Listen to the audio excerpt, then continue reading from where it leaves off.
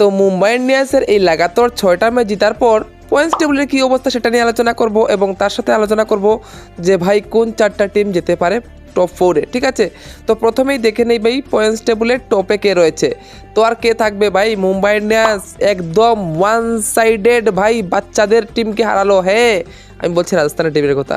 তো রাজস্থানকে বাচ্চাদের মতো হারালো এবং নাম্বার 1-এ বসে আছে। ওদের কেউ মানে কি বলবো ভাই, হ্যাঁ একটা ম্যাচ বেশি খেলেছে আরসিবি থেকে, কিন্তু এই 7 ম্যাচ জিতে 14 পয়েন্ট নিয়ে বসে আছে। এবং তার থেকে বড় ব্যাপার হচ্ছে যেটা লাগাতার 6 ম্যাচ জিতে আসছে এবং ওদের নেট রান রেট তো আশেপাশেও কেউ নেই। একদম যা বলবো ভাই, আশেপাশেও কেউ নেই। এত দারুণ খেলেছে ভাই এই টিমটা।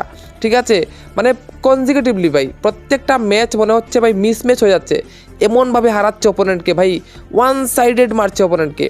তো সেই জন্য নাম্বার 1-এ বসে আছে ভাই এমআই টিম, +1 পয়েন্ট ভাই ও নেট রান রেট। এবং যদি আমরা সেকেন্ডে দেখি, সেকেন্ডে রয়েছে আরসিবি, যেখানে আরসিবিও কিন্তু 10টা ম্যাচ খেলেছে এবং 10টা ম্যাচ খেলার পর আমরা দেখতে পাই যে ওদের নেট রান রেট হচ্ছে গিয়ে, হ্যাঁ ওদেরও প্লাসে নেট রান রেট রয়েছে, ওদেরও 14 পয়েন্ট রয়েছে, অর্থাৎ 7টা জিত রয়েছে। এবং তার সাথে আমরা দেখতে পেয়েছি যে ওরাও পায় কোয়ালিফাই করে নেবে ভাই, আর বেশি দেরি নয়। তারপর নাম্বার 3, হ্যাঁ নাম্বার 3-তে রয়েছে ভাই পাঞ্জাব কিংস। পাঞ্জাবের একটা সমস্যা হয়ে গেছে, ওরা কিন্তু ম্যাচ খেলেছে ওরা 10টা, কিন্তু ওদের জিত হচ্ছে গিয়ে 6টা, কিন্তু পয়েন্টস কিন্তু 13, অর্থাৎ কলকাতার সাথে কিন্তু একটা ওদের টাই হয়ে যায়। অর্থাৎ বৃষ্টির কারণে ম্যাচটা না হওয়ার কারণে 1 পয়েন্ট ভাই ওরা দুটো টিম পেয়ে যায়। এবং যে জায়গায় আমরা দেখতে পাই 13 পয়েন্ট নিয়ে 3 নম্বরে বসে আছে পাঞ্জাব কিংস এবং 4 নম্বরে বসে আছে কে, হ্যাঁ 4 নম্বরে রয়েছে জিটি।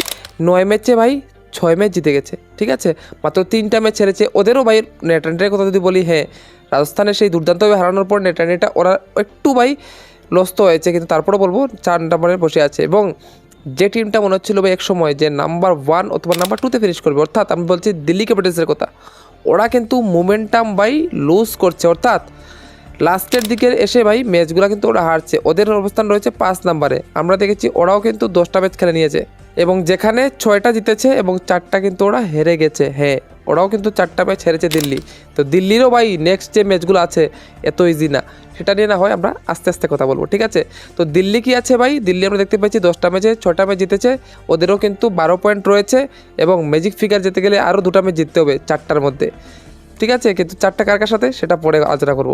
তারপর আমরা চলে আসি ভাই নাম্বার 6-এ আছে এলএসজি, যারা প্রথম দিকে আমরা দেখেছি খুব ভালো করেছে, অর্থাৎ ওরা টোটাল 10টা ম্যাচ খেলেছে, যেখানে 5টা ম্যাচ জিতেছে এবং 5টা ম্যাচ হেরেছে এবং ওদের নেট রান রেট কিন্তু মাইনাসে রয়েছে। এবং ওদের বিগ কনসার্ন হচ্ছে গিয়ে ভাই ওদের কাপ্তান চলছে না। এবং যতদিন নিকোলাস পুরন ভালো খেলছিল মনে হচ্ছিল না টিমটা খুব ভালো, কিন্তু নিকোলাস পুরনের ফর্মটা ইদানিং একটু ডিপ হয়েছে, যার কারণে আমরা দেখতে পাচ্ছি এই টিমটা কিন্তু স্ট্রাগল করছে। বিশেষ করে এই টিমটাও কিন্তু টপ হেভি টিম, অর্থাৎ মাকরম, মিচেল মার্শ এবং ভাই আমরা দেখেছি নিকোলাস পুরন, এই 3টা প্লেয়ারে কিন্তু ওই টিমটাকে বেশিরভাগ ম্যাচ জিতিয়েছে। যাই হোক, বোলাররাও ভালো করেছে, যখন রান পেয়েছে তো অবশ্যই ভালো করেছে।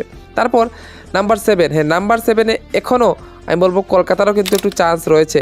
কলকাতার অন্তিম সবগুলা ম্যাচ জিততে হবে, বাস শেষ কথা। অর্থাৎ ওরা ম্যাচ খেলেছে 10টা, যেখানে জিতেছে 4টা, কিন্তু ওদেরও 1 পয়েন্ট প্লাস আছে, অর্থাৎ ওদেরও পয়েন্ট কিন্তু ভাই কলকাতারও কিন্তু পয়েন্ট হচ্ছে গিয়ে 9 পয়েন্ট।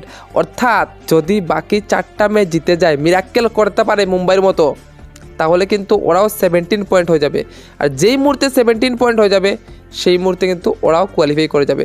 তো এবার দেখার বিষয় কলকাতা কি সেটা পারবে। লাগাতার মোমেন্টাম কি ভাই, যেভাবে গত ম্যাচটা আমরা দেখেছি দিল্লিকে হারিয়েছে, অনেক বড়টা টিমকে হারিয়েছে, সেইভাবে কি প্রত্যেকটা টিমকে হারাতে পারবে?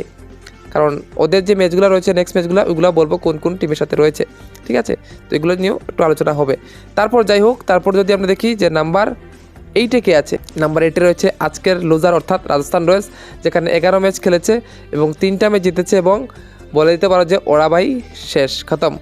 এসআরএইচেরও বলতে পারো যে একটু চান্স রয়েছে। ঠিক আছে, 9টা ম্যাচে 3টা ম্যাচ জিতেছে, অর্থাৎ যদি সামনের 5টা ম্যাচে 5টা ম্যাচ জিতে যায় তাহলে ওদেরও চান্স রয়েছে। বলতে পারো ভাই চান্স আছে, কিন্তু মনে হয় না ওরা কিছু করতে পারবে। এবং সিএসকেও অফিসিয়ালি ভাই কাম খতম, হ্যাঁ শেষ হয়ে গেছে ওদের কাজ, তো ওদেরকে নিয়ে আলোচনা করে লাভ নেই। তো টপ 5 অর্থাৎ টপ 5-এ হবে ভাই সবথেকে বড় ফাইট, যেখানে দেখা যাবে টপ 4-এ কারা যাচ্ছে। এবং 6 এবং 7 নাম্বার ভাই হয়তো কেউ পার্টি বন্ধ করতে পারে, অথবা আনএক্সপেক্টেডভাবে মুম্বাইয়ের মতো প্রত্যেকটা ম্যাচ জিতে কিন্তু ওরাও ভাই কামব্যাক করতে পারে। তোমাদের কি মতামত ভাই, পয়েন্টস টেবিলে কি কোনো পরিবর্তন দেখতে পাচ্ছ? এবং কার মধ্যে হতে চলেছে ফাইনাল, কি আরসিবি এবং এমআইয়ের মধ্যে হতে চলেছে নাকি অন্য টিম, কমেন্টে বলে দিও। এবং ভিডিওটা ভালো লাগলে ভিডিও লাইক করে দিও, চ্যানেলে তোমরা চ্যানেল সাবস্ক্রাইব করে দিও এবং সবার সাথে শেয়ার করে দিও, ঠিক আছে ভালো লাগলে। তাহলে এরকম ভিডিও নিয়ে তোমাদের সাথে আবারও আসবো। তাহলে আজকের জন্য এতটুকু, দেখা হচ্ছে একটা ভিডিও দেখে, বাই বাই, ভালো থেকো।